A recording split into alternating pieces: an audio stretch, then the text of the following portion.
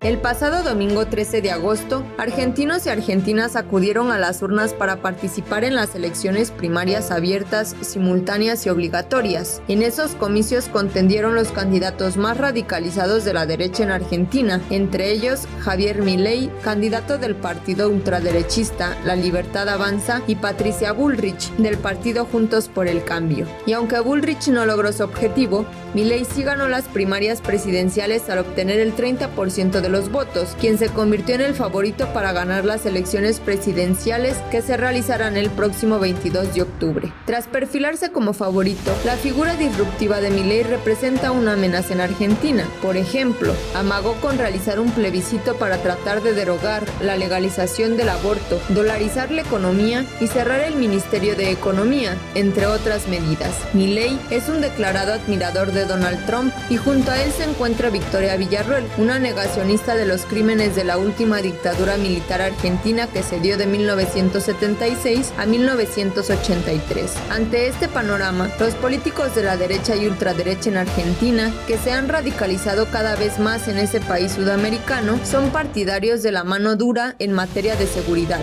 aliados de Estados Unidos y del Fondo Monetario Internacional. Buenas noches a quienes nos acompañan en esta emisión de Lo Marginal en el Centro. Bienvenidas y bienvenidos.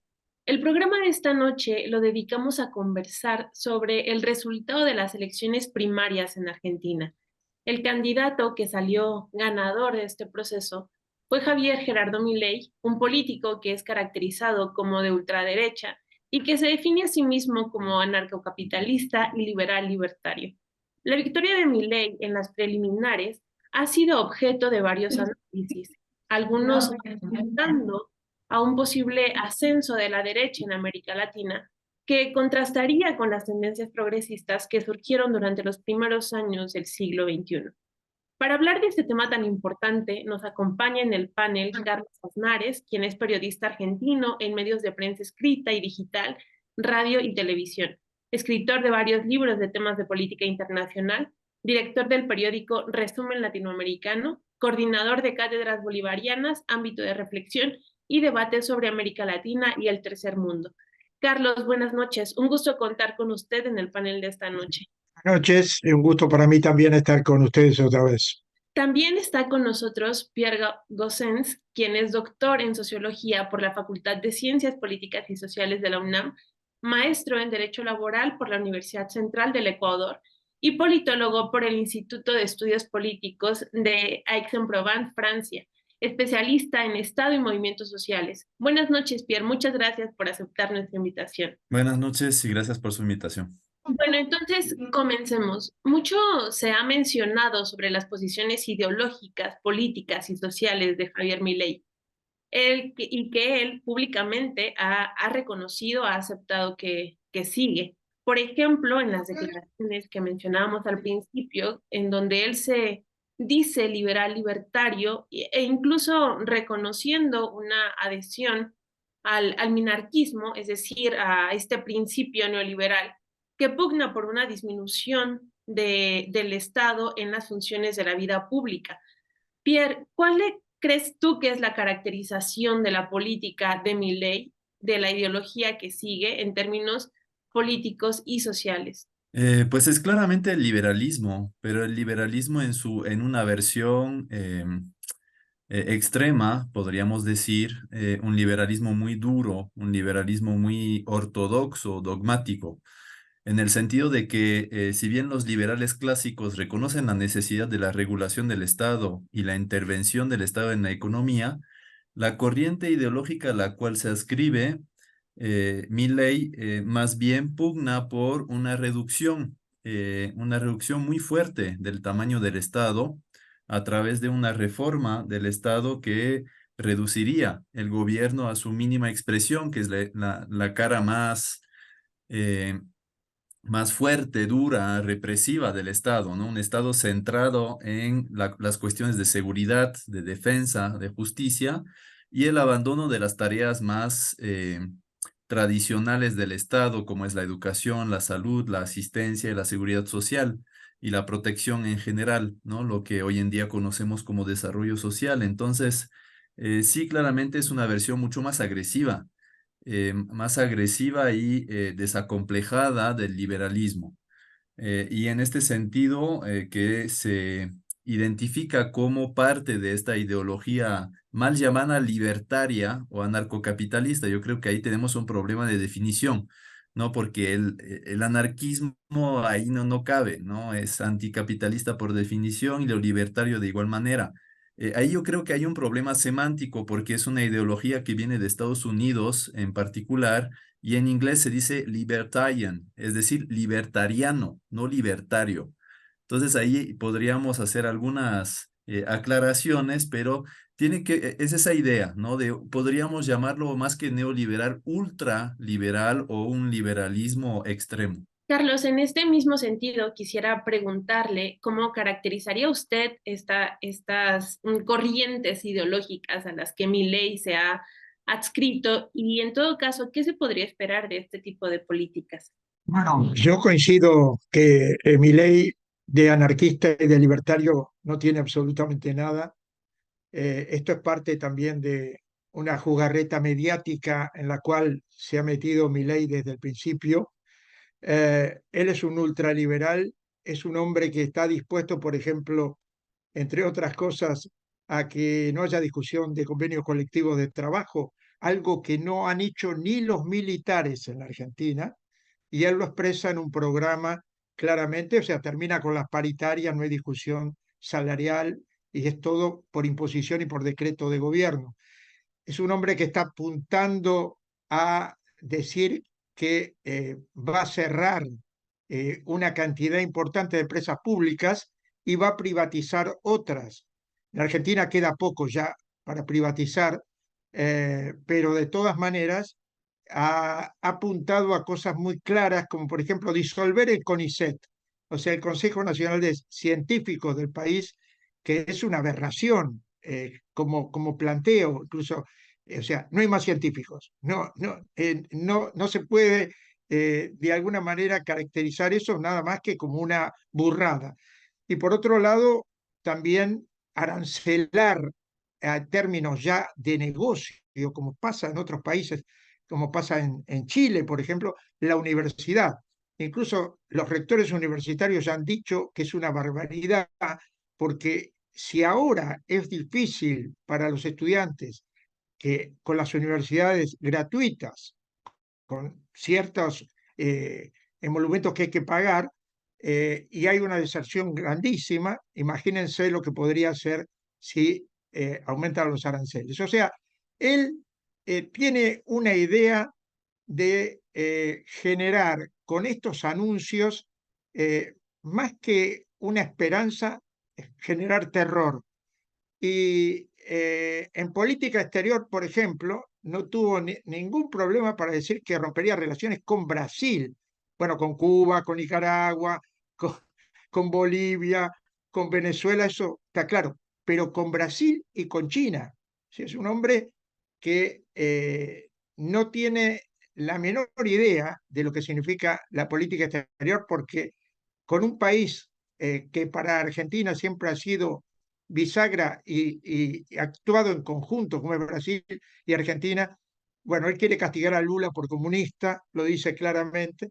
Entonces, yo creo que estamos frente a un fenómeno yo no digo neofascismo como se está diciendo acá permanentemente, yo coincido con Pierre, es un ultraliberal, pero al estilo norteamericano, o sea, al estilo de embestir contra todos y contra todo de una manera que, y esto sí creemos los argentinos y las argentinas, que va a ser inviable.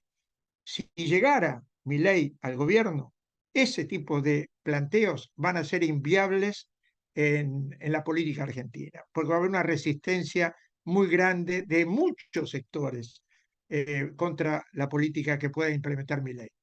además no es el único, porque Patricia Bullrich es parte de este juego de ultraliberalismo y los dos pueden llegar a competir en una segunda vuelta, que eso es algo también muy vistoso para la Argentina. Y justo sobre esto último es que quisiera continuar la conversación, porque ya mencionaba usted, Carlos, cómo hay algunos aspectos que en Argentina no se habían discutido ni siquiera con los militares, como esta cuestión de la discusión de los planes de trabajo, de los contratos de trabajo, y que llaman la atención precisamente por la historia argentina, en el sentido, o bueno, considerando la experiencia con la extrema derecha que ha tenido Argentina, sobre todo pues con los militares, con la dictadura militar, todo el proceso vivido con la dictadura de Videla, parecía dejar un poco marcada la tendencia crítica en Argentina hacia este tipo de posturas políticas.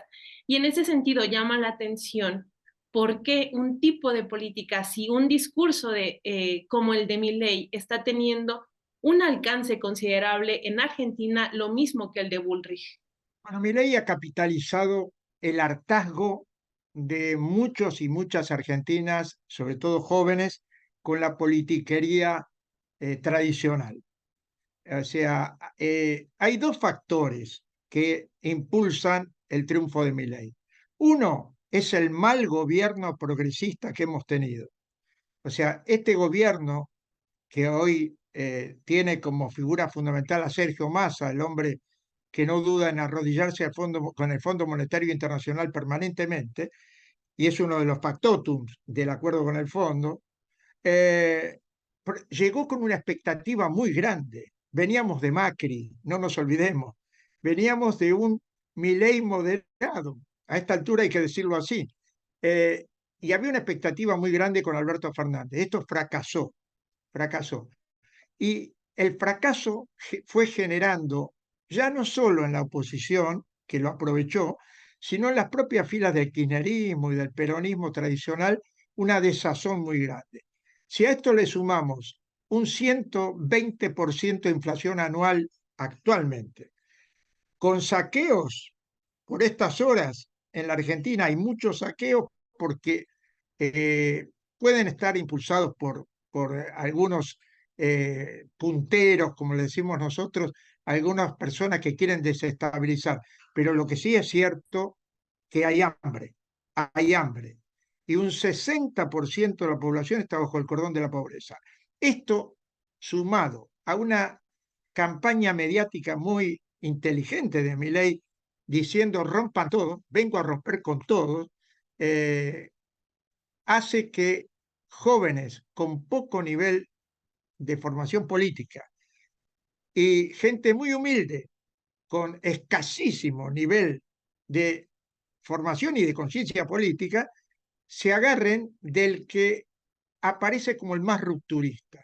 La izquierda hoy ya no es rupturista en la Argentina. El partido gobernante ha fracasado. Entonces la gente no, no escucha el programa de Milei, escucha al hombre que dice nada sirve.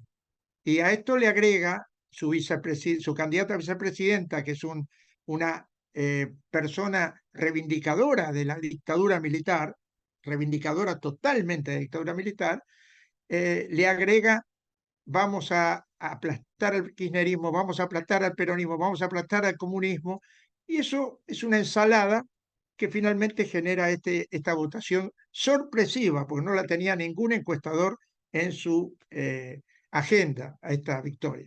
Lo que no quiere decir que esto se traslade automáticamente a octubre, a la elección presidencial, pero bueno, es una alerta rojo. Y en este mismo sentido, Pierre, quisiera preguntarle cómo ve usted la situación objetiva, la situación material y también subjetiva, por supuesto, que permite que un tipo de discurso así como el de Milei tenga en Argentina este alcance que, como mencionaba Carlos, de algún modo agarró por sorpresa a varios sectores políticos.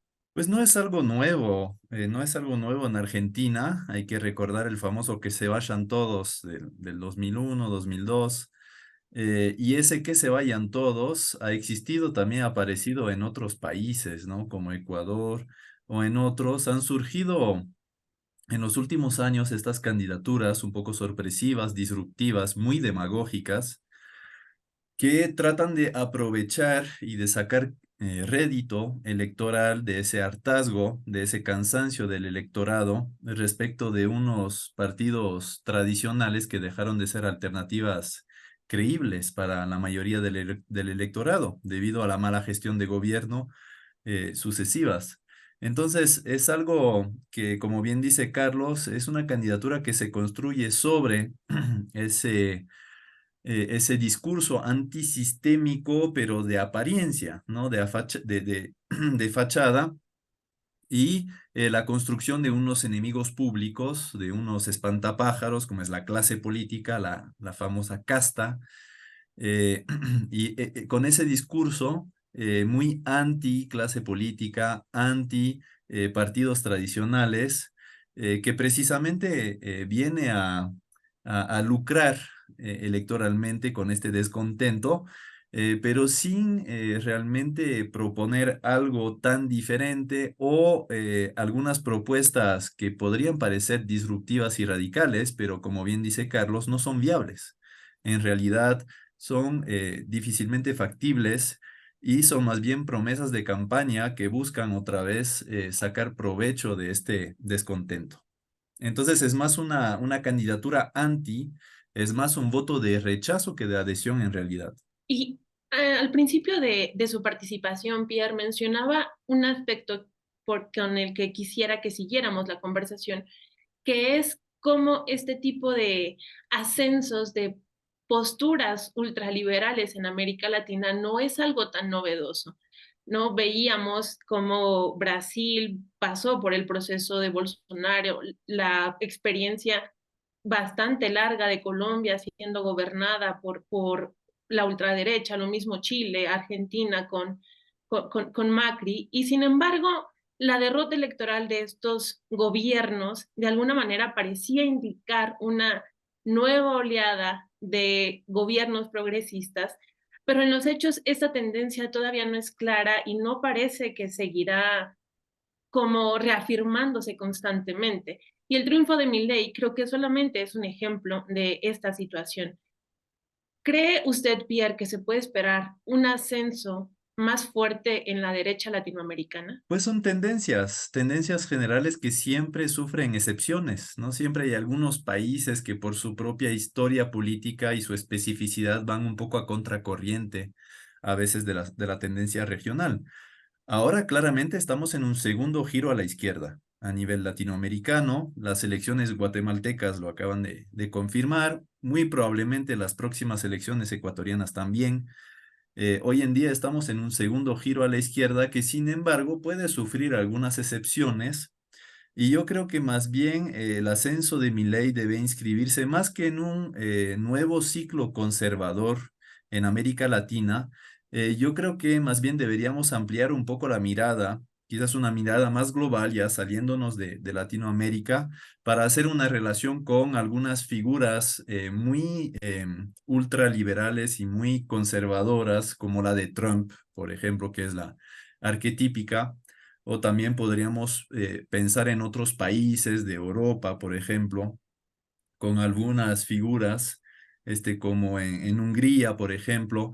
Es decir, el ascenso de estos personajes disruptivos que construyen una imagen de antisistema muy disruptivas, que sin embargo, en realidad se inscriben dentro de un giro mucho más global, mucho más general, que tiene que ver con la constitución de nuevas derechas que tratan de renovarse precisamente en su competencia electoral con este progresismo de izquierda, y que van a jugar con las emociones, con temas mucho más conflictivos como el aborto, por ejemplo, o cuestiones de sociedad con un trasfondo religioso que dividen, polarizan las sociedades, y en este sentido que yo creo que también debemos entender el ascenso de Milei o de otras figuras en este sentido de una especie de nueva derecha, y de ahí los debates, ¿no? Si es ultraliberal, si es neofascismo, en fin. Más allá de las etiquetas, yo creo que el debate, lo interesante del debate es que nos damos cuenta de que si hay una renovación del conservadurismo, ¿no? Para llamarlo en términos más tradicionales, que agarra nuevas facetas, nuevas aristas y que Milei es parte de este giro neoconservador, para llamarlo de alguna manera. Sí, muchas gracias. Carlos, y en este mismo sentido quisiera preguntarle si cree usted que se puede esperar un ascenso en la derecha latinoamericana en esta renovación que estamos viendo de los arquetipos que presentan para precisamente afianzar cierto poder electoral. Bueno, evidentemente estamos en un periodo casi de empate, ¿verdad? Se habían caído algunos gobiernos progresistas, vuelven a aparecer otros, pero siempre persisten gobiernos de derecha y algunos que se han torcido, como el caso de Boric, que entró por la izquierda y comulga prácticamente por la derecha. Acá el problema que hay que analizar para tomar el toro por las astas en el sentido de la ofensiva imperialista que está sufriendo Latinoamérica, porque no nos olvidemos que América Latina es el continente muy codiciado, ya no tanto, ya no solo por Estados Unidos, sino también por el imperialismo occidental, lo que nosotros llamamos la suma de Estados Unidos más la Unión Europea, que todos vienen eh, en plan amigos para apoderarse. O sea, esto está claro. Les interesa el litio, les interesa el petróleo, les interesan los minerales. Lo ha dicho Laura Richardson, la jefa del Comando Sur, directamente. Entonces, acá tenemos un grave problema. Tenemos gobiernos de derecha que fracasan también porque los pueblos tienen un nivel de aguante relativo, pero hay un momento que la gente estalla. Lo de Perú, lo hemos visto, Colombia, antes de que llegara Petro, la mismo Chile, la revuelta chilena, todo. El problema son los gobiernos progresistas, que llegan prometiendo cambiar y no cambian. Se adaptan al discurso de la economía dependiente. Claro que es difícil gobernar y que no es lo mismo ser de izquierda abajo que abrir la puerta del gobierno, ya no del poder del gobierno, y tratar de ser de izquierda. Pero el problema es que no aprovechan ni los primeros 100 días, porque en esos primeros 100 días, donde tenés el voto de la gente que te apoya, donde hay una expectativa, lo que vivimos aquí con Alberto Fernández al principio y con Cristina Kirchner, después se quedan paralizados y empiezan a hacer concesiones de todo tipo. Y yo digo, recalco lo del Fondo Monetario en la Argentina porque fue realmente, no solamente por la atadura con el Fondo Monetario, sino porque se blanqueó lo que había hecho Macri. Macri había generado un embargo a 100 años del país. No lo castigaron, no fue preso. Hasta Bolsonaro puede llegar a ir preso si siguen las investigaciones. En la Argentina no pasó nada. Macri quedó tranquilo. Y si faltaba algo, el Parlamento, con el voto de unos y de otros, aprobaron el acuerdo con el fondo, por lo cual blanquearon el tema de la deuda y la adoptaron para sí. Entonces, este es el problema de los gobiernos progresistas. Ladran abajo y no se animan arriba. Y la gente se da cuenta. Y por eso la desazón, la desesperanza, y si no hay una izquierda como alternativa, si no hay un movimiento popular como alternativa, la gente se vuelca a lo que hay, a la derecha o a la ultraderecha.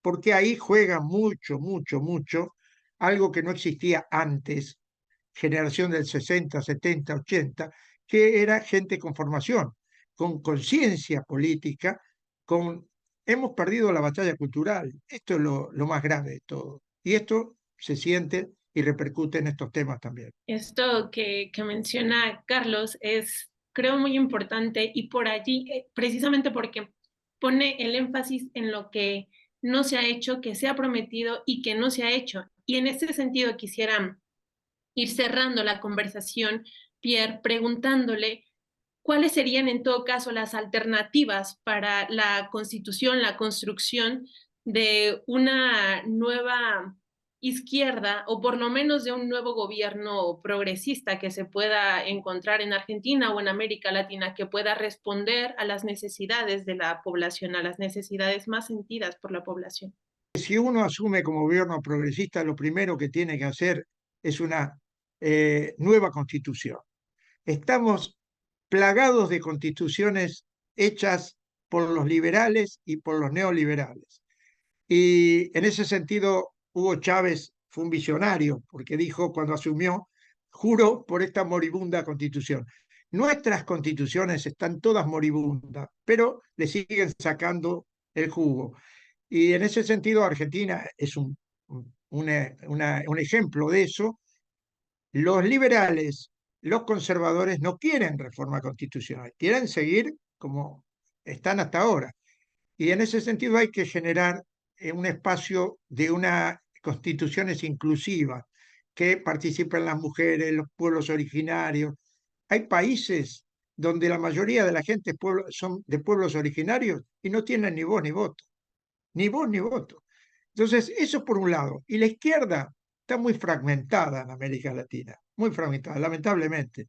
Eh, Habría que tratar de, frente al enemigo común, nosotros decimos, no nos unimos ni frente al espanto, porque si llegara Milei o Patricia Bullrich son el espanto, pero ni siquiera así se une la izquierda en la Argentina.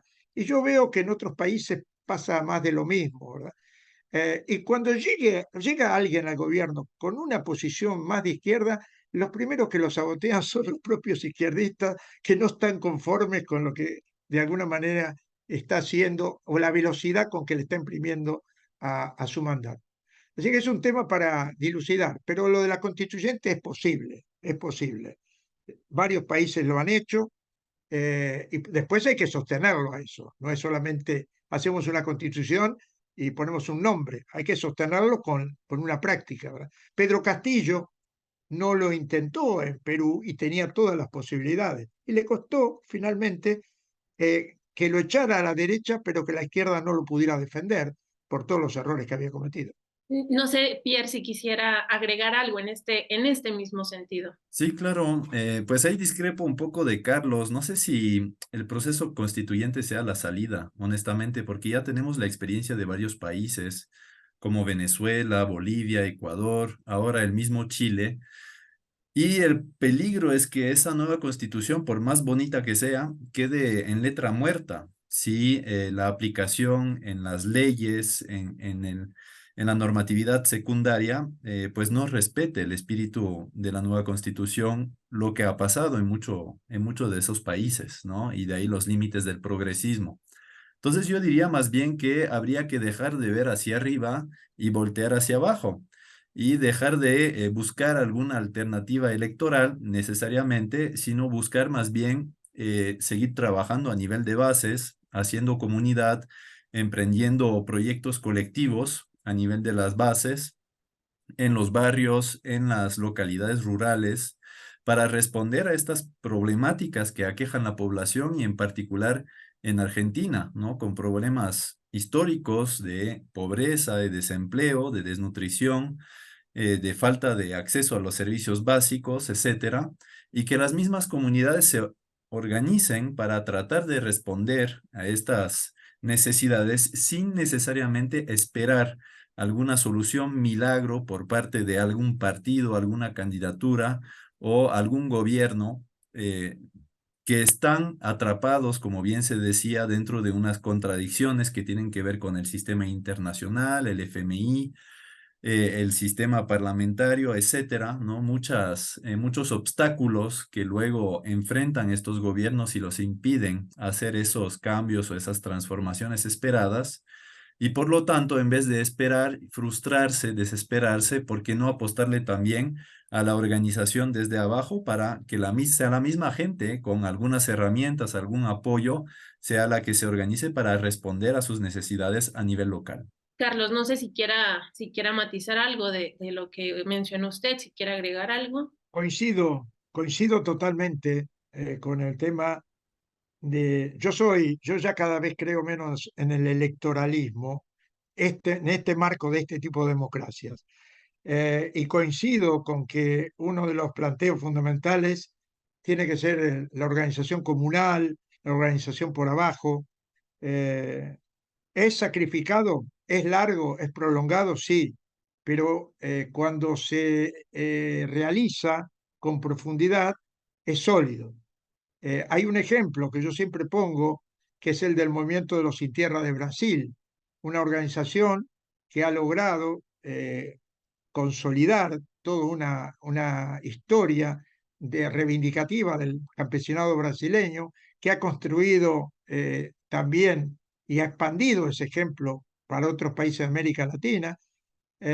O sea que si se trabaja seriamente por abajo, por supuesto que es mucho más sólido que pensar en los parlamentos que después terminan en nada o en elecciones que son traicionadas. Coincido con Pierre en eso. Sí, sin duda es una de las grandes lecciones que deja toda la experiencia que estamos viviendo, sobre todo pues por las consideraciones que se han manifestado aquí, sobre todo en el nivel político y en el nivel ideológico con que nos estamos enfrentando. Agradezco muchísimo la participación de Pierre, la participación de Carlos y a quien nos acompañó en esta emisión de Lo Marginal en el Centro.